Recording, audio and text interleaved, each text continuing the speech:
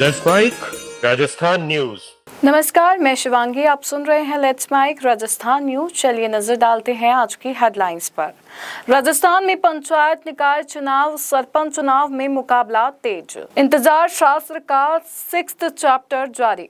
कांग्रेस ने एलपीजी संकट और महंगाई के खिलाफ शहीद स्मारक पर किया प्रदर्शन। डोटासरा ने केंद्र सरकार पर उठाए सवाल।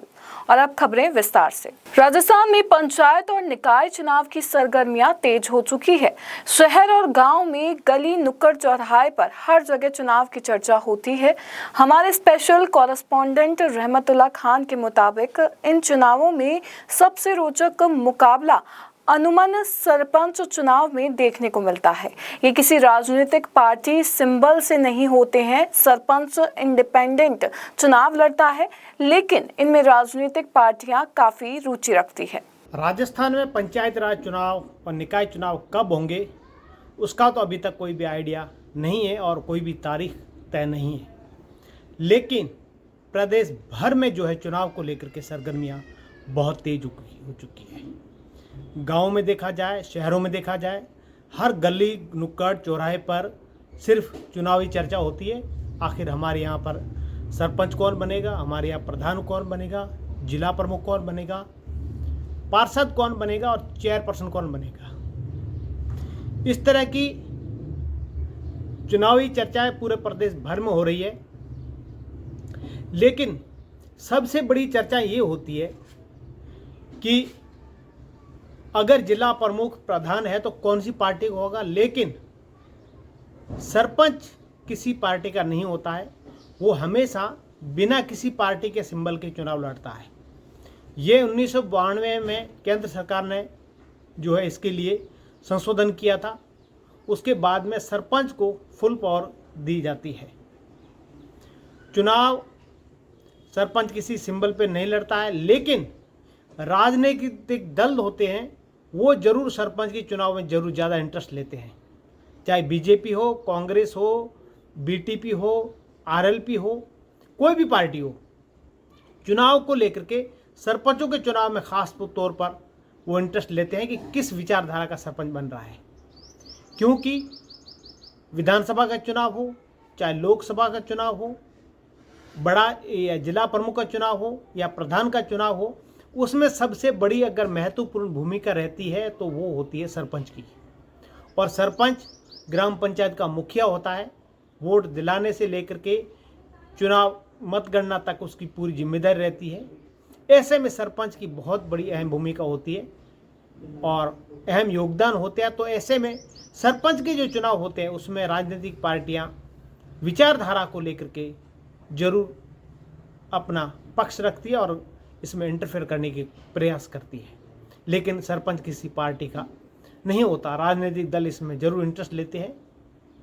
लोकसभा में सांसद जिताने का काम, विधायक जिताने का काम, जो जिला परिषद सदस्य होते हैं या पंचायत समिति सदस्य होते हैं, उसको जिताने हराने का जो कार्य का काम होता है वो होता है सरपंच का। ताकि सरपंच मुखिया होता है और सरपंच के पास इतनी फुल पावर होती है कि ग्राम पंचायत में जिस प्रकार से जो फंड आता है उसका पूरा जिम्मा उसका हस्तक से पूरा सरपंच के पास होता है।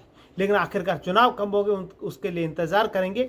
लेकिन ये हम बता रहे थे आखिरकार सरपंच का क्या महत्वपूर्ण योगदान रहता है।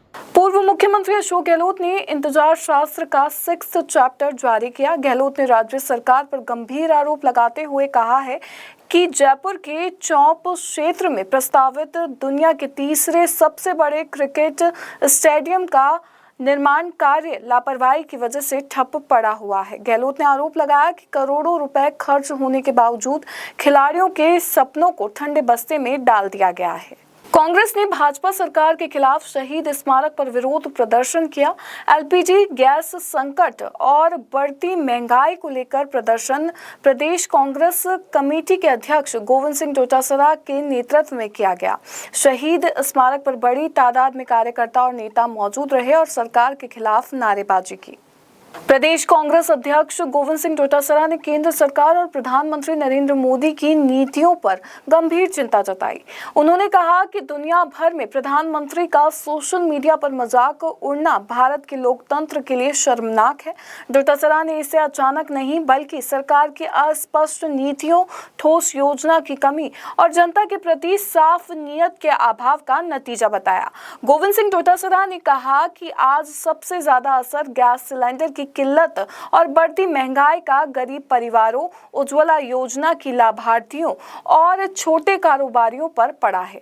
उन्होंने कहा कि आम जनता बार बार सरकार की गलत नीतियों के कारण संकट झेल रही है। आज इस देश के प्रधानमंत्री की गलत नीति के कारण से आज पूरी दुनिया में हमारी हंसी उड़ाई जाती है।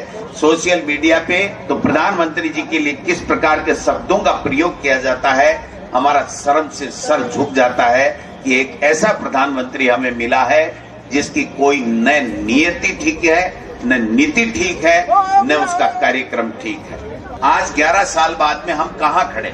वो बीपीएल की बहनें, वो बीपीएल के लोग जो गैस सिलेंडर नहीं है, उस गैस के लिए बड़े बड़े उद्योग हो, चाहे आम व्यक्ति हो, सब परेशान है। लेकिन मोदी जी को कोई फर्क नहीं पड़ता है। उनको केवल जुमले देने हैं, उनको केवल झूठ बोलना है। न उनकी कोई विदेश नीति है, न उनकी कोई किसानों के प्रति जो आमदनी दोगुनी करने की बात थी उसके बारे में कोई है। केवल और केवल योजनाओं का नेम चेंज कर दो, पॉलिसी चेंज कर दो, अमेरिका घूम लो, चाइना चले जाओ, दूसरे देशों में चले जाओ। नोटबंदी में कतारों में लगे, इतनी तकलीफें हुई थी, कहा 50 दिन दे दो, आतंकवाद समाप्त हो जाएगा। कोटा संभाग के सुल्तानपुर में भीषण आग से किसानों को बड़ा नुकसान हुआ है। घटना दिगोद उपखंड के सुल्तानपुर की है, जहां करीब 125 बीघा गेहूं की फसल में आग लग गई, जिसने तेजी से कई खेतों को अपनी चपेट में ले लिया। दमकल की गाड़ियों ने करीब 2 घंटे में आग पर काबू पाया, लेकिन तब तक दर्जनों किसानों की फसल जलकर राख हो चुकी थी। ग्रामीणों ने बिजली विभाग की लापरवाही को आग का कारण बताते हुए मुआवजे की मांग की है। आग लागी तो पूरा खेत में आग लागी। बड़ी मनो तो खेत जो भाई साहब में आग लागी, खेत में मुआवजा कौन देगा? कितना बीघा फसल जली आपकी? हमारा 9-10 बीघा गेहूं बढ़ गया पूरा इकड़ा बढ़ गया, काई भी कोने में। और दम प्रशासन की तरफ से कह रहे हो? प्रशासन में कोई भी ना है, एकदम दंगल आई जाए उसे पूरा ना पड़ो, है ना? पानी खत्म हो गया, पानी खत्म हो गया, परिसरी ना रहे परिसरी कौन कहां से बुझेगी आग? कहां से बुझेगी आग? देख तो परिसरी कौन देख लाइव देख सके आप। भारतीय किसान संघ के जिलाध्यक्ष छोगाराम चौधरी के नेतृत्व में किसानों ने लंबित फसल बीमा क्लेम, सर्वे अनियमितता, मुआवजा भुगतान और सिंचाई समस्याओं को लेकर एडीएम को ज्ञापन सौंपा।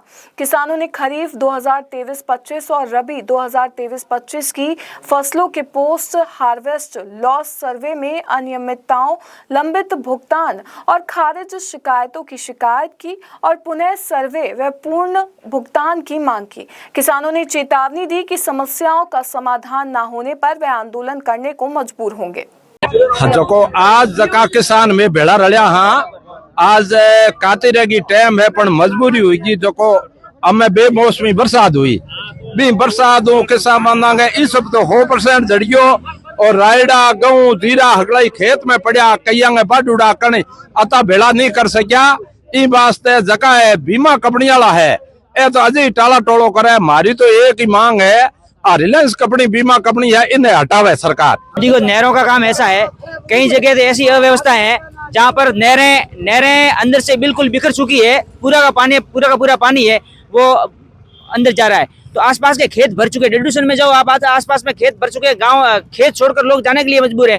तो नहर विभाग का पूरा तंत्र भ्रष्ट है। न तो वहाँ रिपेयरिंग किया जाता है, रिपेयरिंग के नाम पर बजट उठाया जाता है लेकिन रिपेयरिंग किया नहीं जाता है। अब प्लास्टिक कोटेड कई जगह नहरों में डालने की जरूरत है। कई जगह नहर ऐसी है वहाँ पर 12 तक पानी, आप जो कह रहे हैं वहाँ 12 तक पानी अभी तक पहुंचा ही नहीं। मैं शिवांगी, लेट्स माइक स्टूडियो से जुड़े रहिए हमारे साथ। राजस्थान न्यूज में रोज शाम 4 बजे नॉन स्टॉप न्यूज को रेडियो पे सुनने के लिए डाउनलोड करें लेट्स माइक ऐप। नमस्कार। आप सुन रहे थे let's mike more than radio. Follow कीजिए हमें हमारे सोशल मीडिया प्लेटफॉर्म्स पर।